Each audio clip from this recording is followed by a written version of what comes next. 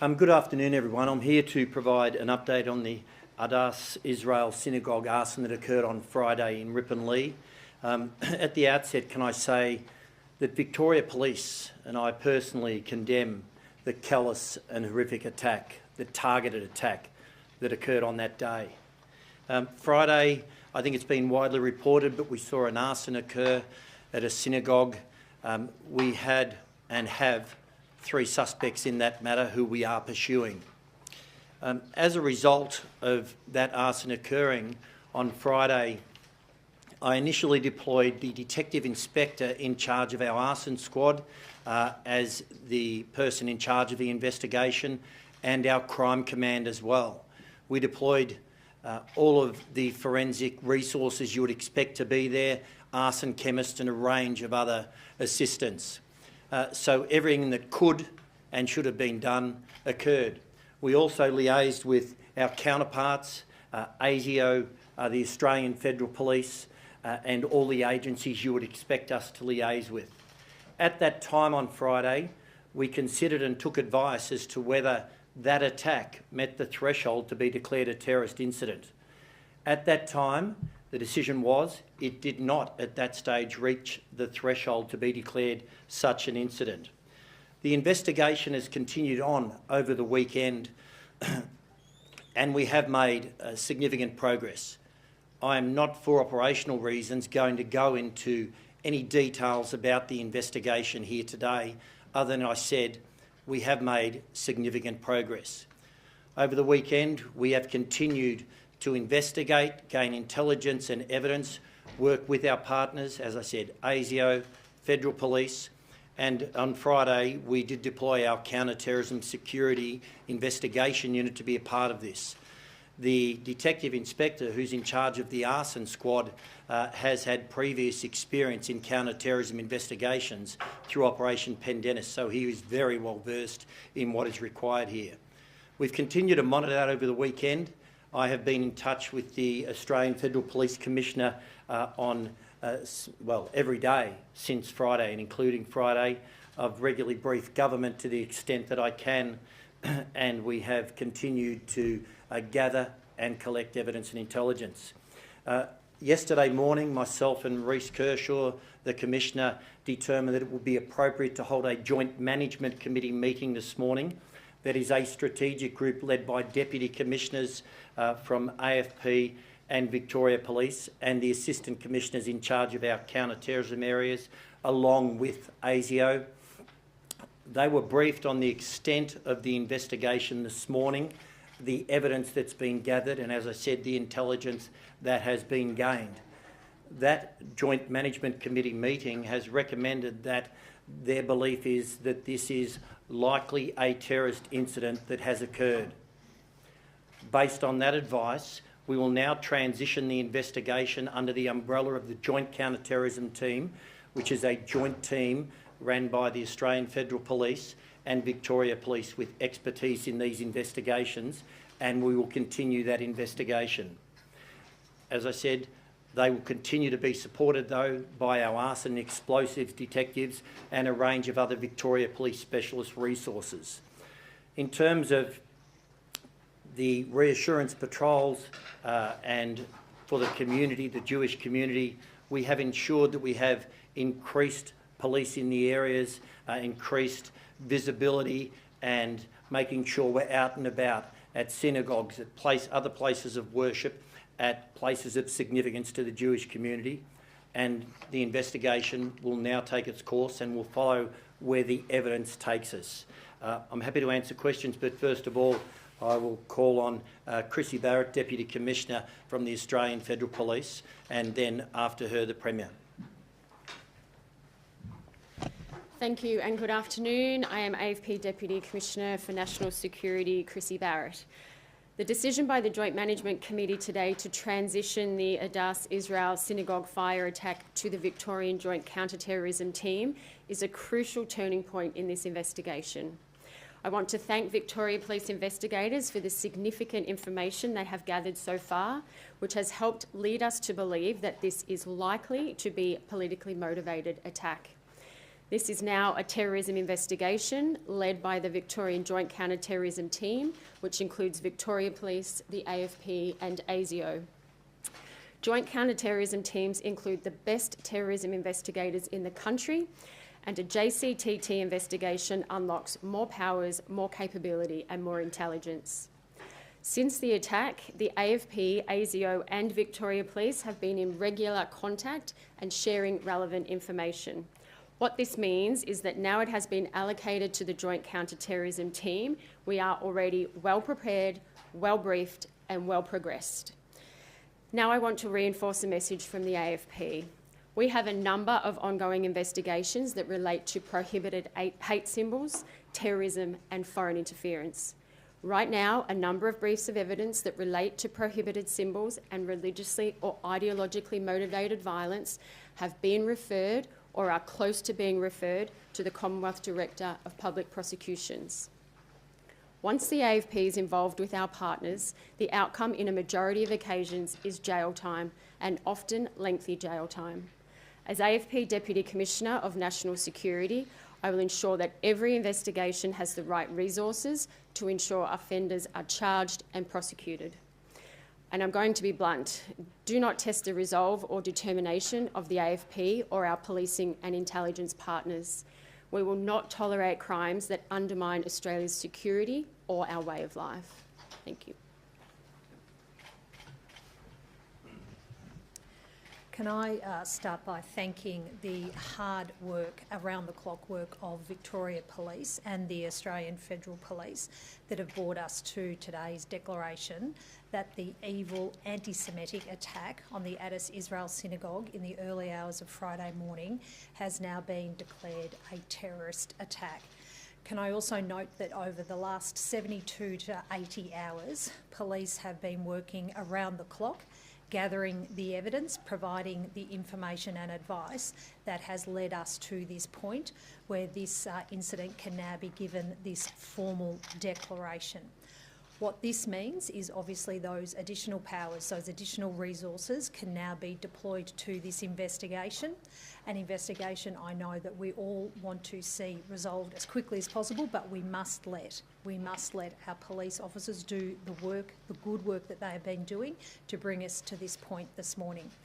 Can I also reinforce the point that the Chief Commissioner has made around the ongoing increased police presence in and around the communities, particularly around the southeastern suburbs of Melbourne.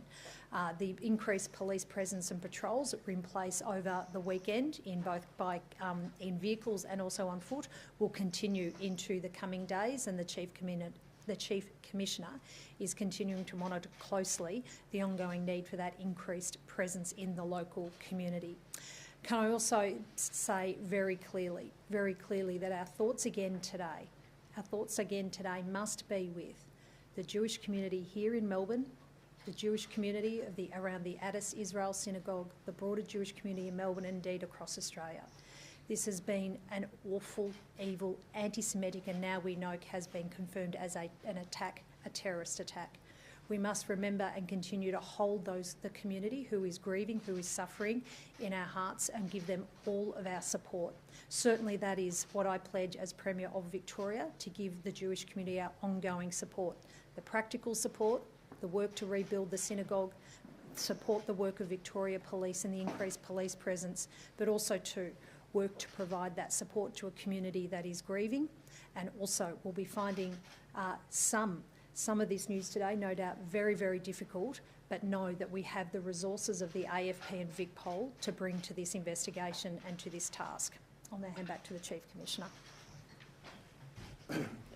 So thank you. Happy to take questions. Commissioner, what do you know about the 3 suspects at this point in time?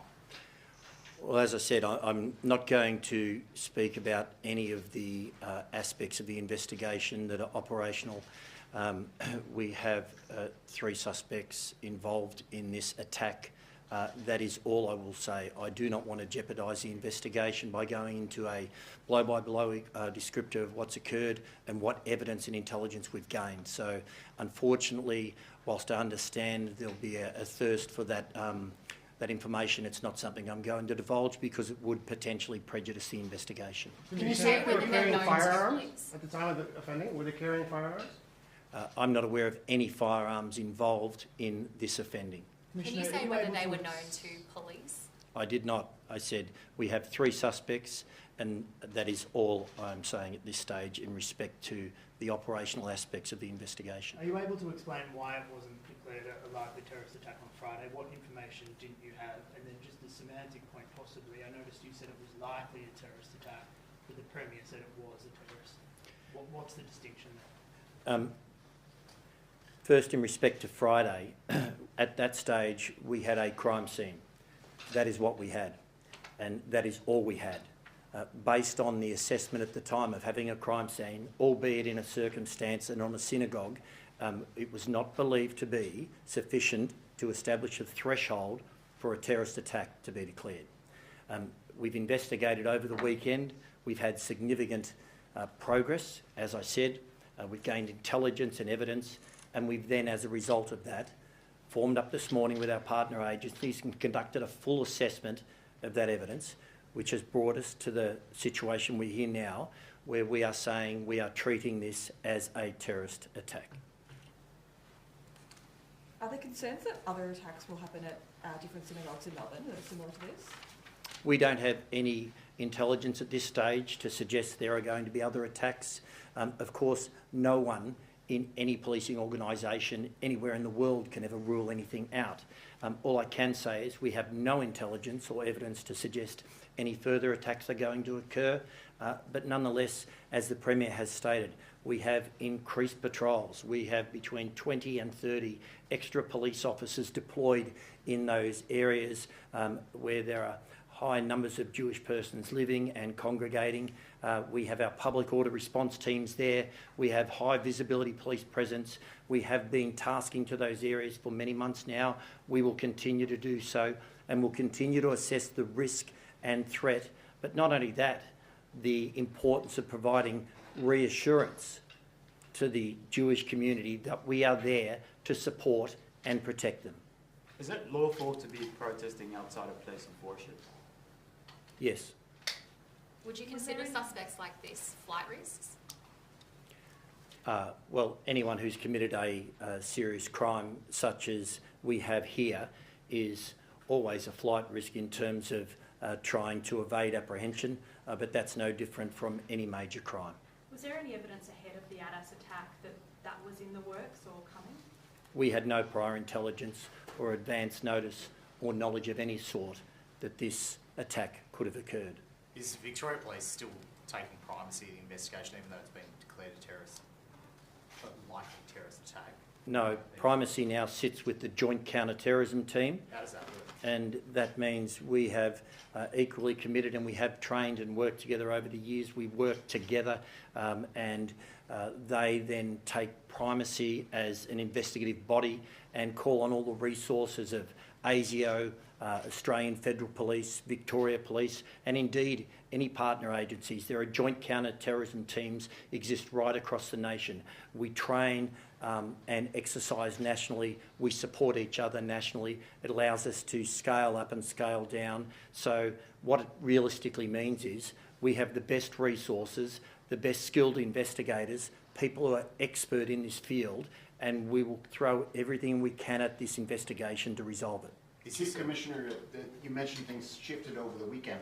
Does Victoria Police surveil groups that could possibly be involved in this kind of activity? Well, you're making an assumption there that we're aware of groups that are actually involved, and said that we're talking about a whole range of groups. All I will say is we continue to collect intelligence where it's appropriate and where it's lawful to do so. We've always done that, and we'll always do that. How concerned are you about the amount of planning and coordination that might have gone into an attack like this? What concerns me is the callous nature of this attack, the emboldened nature of this attack, and the fact that the attack has taken place where it occurred. Any crime is one crime too many. When you have a crime like this that strikes at the fabric of a community, that is very, very concerning to us. That is why we have thrown so many resources, so many experienced detectives, so much forensic analysis and so much leverage from all of our partner agencies, the Australian Federal Police, ASIO, people with expertise and skills that all contribute to us being able to work together to resolve and solve this crime. Are you confident in arrests in this case? I'm confident that we are progressing very, very well at this stage. I won't go into any further details. Given you said likely designation, have you ruled out anything that's not related to a hate crime or an act of terror? Like, is the other lines of inquiry closed down that are not related to racial, religious, political bias? Yeah, the advice that this is likely a terrorist incident was the advice from the Joint Management Committee. That was their exact advice. But based on that, I am very confident that we now have had an attack, a terrorist attack, on that synagogue, and that is why we are transitioning that as a terrorist incident to the Joint Counter-Terrorism Team for investigation. Do you have any details about the bullet that was found outside the synagogue, and do you believe it was linked to this attack? Well, there was a very old, damaged .22 calibre bullet that was located on a footpath during the day. I think many hours after this attack. The reality is we have nothing to suggest whatsoever that that has any connection with this attack. Nothing at all. Nonetheless, as a result of completeness, we've taken that away for examination. But again, we have nothing to suggest that has any contact here. There were many people after the event where that bullet was located. Could have came off a tradies ute, could have been anything. So at this stage, there's nothing to link it with this arson attack. Have you ruled out any foreign influence in this attack? Is it purely domestic terror? We haven't ruled anything in or out. We have made a lot of progress, but nothing has been ruled in or out. The investigation is still very much in its early days. We will explore every avenue. Does the investigation also consider factors like overseas, what's happening in the Middle East, comments from the Israeli Prime Minister, in terms of timeline points? Is that part of the investigation at all? The timing of when this occurred and all the environmental circumstances are factors that are all looked at. As I said, we consider everything in the investigation and then determine what's relevant, what's evidence, what's intelligence, and sift through it. That's why we have these experts involved in this approach. Relating to that, obviously the temperature of the city has been rising. There's been numerous protests almost every weekend. Are you concerned about the level of rising anti-Semitism, and it could be connected to this attack? Social cohesion as a whole has been a significant focus for Victoria Police, for the Victorian government, for everyone in Victoria. We've seen that since the 7th of October last year with the Hamas attack.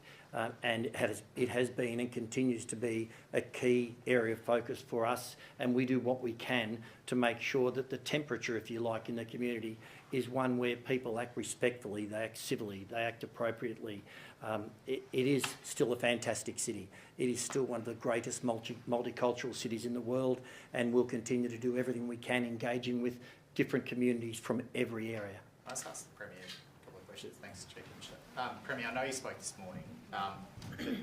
Your government confirmed last night that you're looking at laws that may stop people protesting outside places of worship. How quickly could you realistically put them in place, and what form could those laws take? Well, we will I'm seeking immediate advice on looking at how we can change and strengthen the laws to protect people going to their place of worship, to practice their faith, to pray to their God, as everyone of faith has the absolute right to do so in this city and state, safely and without fear. And that is why I'm seeking initial advice on how we can strengthen the laws around making sure that people going to church, going to synagogues, going to mosques can do so safely. There are a range of options that are available to us. One example that I can point to is the arrangements that we've had in place in Victoria for some time now around making sure that women accessing termination services are provided, they're able to get that health treatment and that health support free from being heckled and protest. So there are examples here already, but it is too early to say. Our focus is though, looking at what we can do to strengthen the law to make sure that that Victoria Police have the powers and tools they need. And on that is why the law before the Victorian Parliament right now, the anti-vilification laws that we have introduced to the Victorian Parliament, are just so very important. It makes it very, very clear that vile vilification, hate, anti-Semitic behaviour has no place in Victoria, and even more than that, we will be putting that as a crime in the Crimes Act where it belongs. And so that is another example of where we have already moved to strengthen the laws around making it absolutely clear that there is no place in this state for this vile, in this instance, anti-Semitic, evil behaviour here in Victoria. Why has it taken a now likely terrorist act at a synagogue for the government to change its mind on laws protecting people going to faith places? Simon, that characterisation is not correct. We have always been focused on looking at how we can provide police with the tools and resources and the powers that they need to support our community. And the Chief Commissioner and I have had many conversations and discussions, and we saw back in September how Victoria Police deployed its tools and resources in the face of some really difficult protests and circumstances. And they did a remarkable job keeping our community safe and strong during those few days. So in this instance, there is the opportunity to look at how we can provide around places of worship. There is something that we should hold very sacred and special around places of worship, because one of the fundamental principles of this state is that you have the right to be who you are, to practice your faith, and do so freely and safely. And if there's a law that strengthens that, a change to the law that can strengthen that, then I'm absolutely open to looking at how that can be changed. Premier, one of the things you hear often from the Jewish community is, despite this talk of these proposed laws and enhanced security measures, they just don't feel safe in Melbourne, and that feeling has been increasing since October 7th of last year. What are you doing to help the Jewish community feel like they can be safe in Melbourne like everyone else is? Look, it is incredibly distressing that to see that since October 7th, since that terrorist invasion by Hamas on October 7th, that we have seen communities here in Melbourne, around the country, around the globe, feel less safe, feel less secure, and as we have seen, a terrible increase in the number of acts of anti-Semitism that have been that we have seen here in this city and state, evil acts that have no place here. And that is one of the deep causes of concern when we are seeing conflict in the Middle East. Bring that level of vile conflict to our streets, to our city.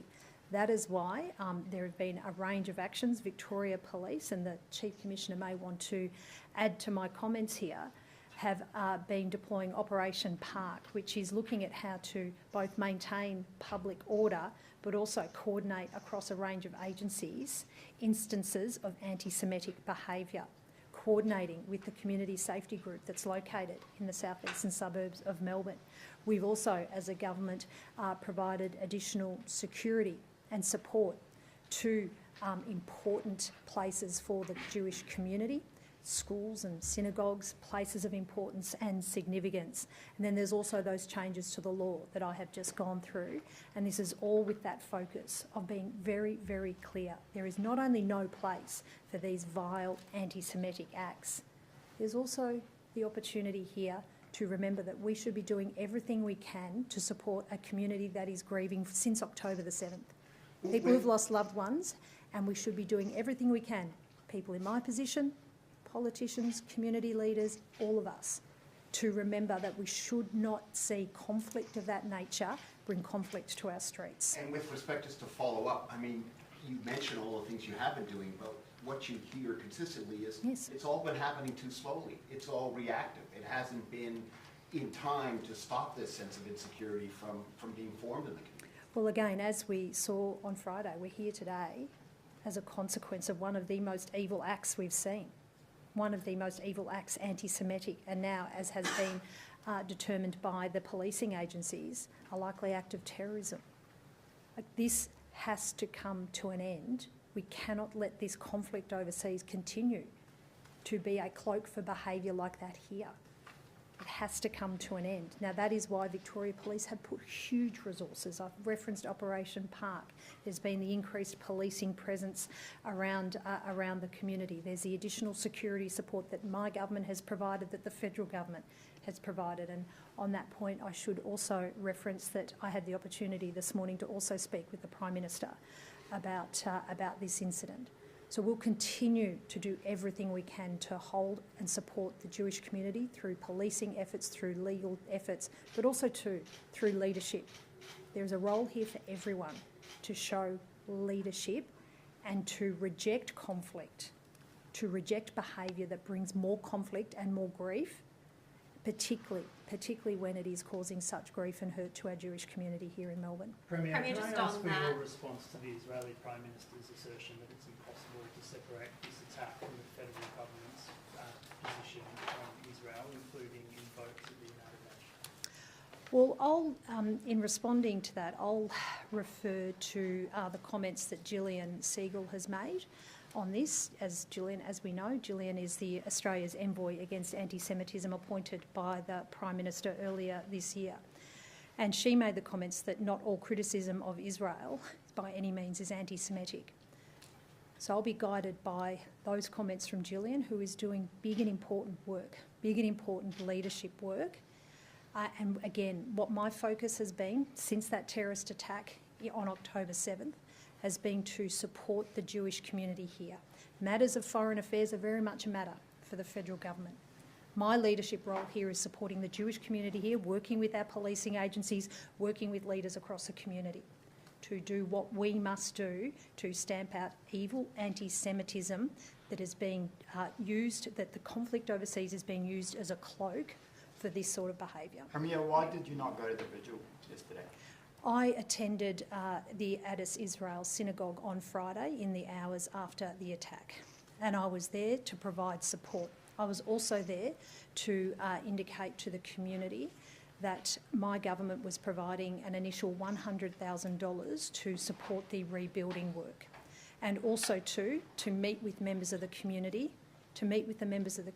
who had just experienced the most horrific incident on their place of worship, to indicate that our support is there and will continue to support and work with them. That is where my focus has been. It's on supporting the Addis Israel community in the immediate aftermath of the attack on Friday morning. Premier, given this declaration, would you support a national cabinet meeting on anti-Semitism? I'll support any action. That is focused on stamping out evil anti-Semitic behaviour anywhere. Would that include uniformity on the laws you're looking at place of Well, worship? that is a little bit hypothetical. I have indicated what we will do here in Victoria. What other states should do is a matter for them, but I'll support any effort to stamp out the evils of anti-Semitism, and so should everyone in our community, everyone. In context, when was the last time there was an attack of this kind, I guess that's been deemed something like terrorism, on a religious institution here in Monterey? We saw a couple of years ago an attack on a mosque out in the northern suburbs where there was graffiti written and a small fire there, and we charged a number of persons.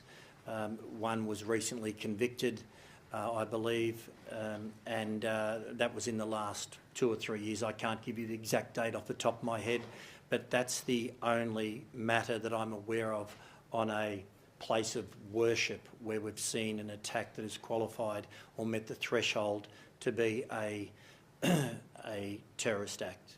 And did that targeted? Sorry, can I just clarify, Mark? Was the committee activated on that one as well?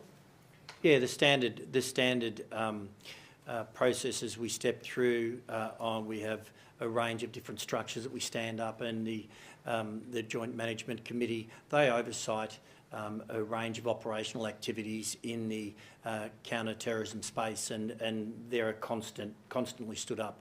This is a bit different, as I've outlined, because of the circumstances earlier, but that is the only other religious motivated attack that I can recall within Victoria. With this designation, what new powers does it give you that you wouldn't have had 24 hours ago?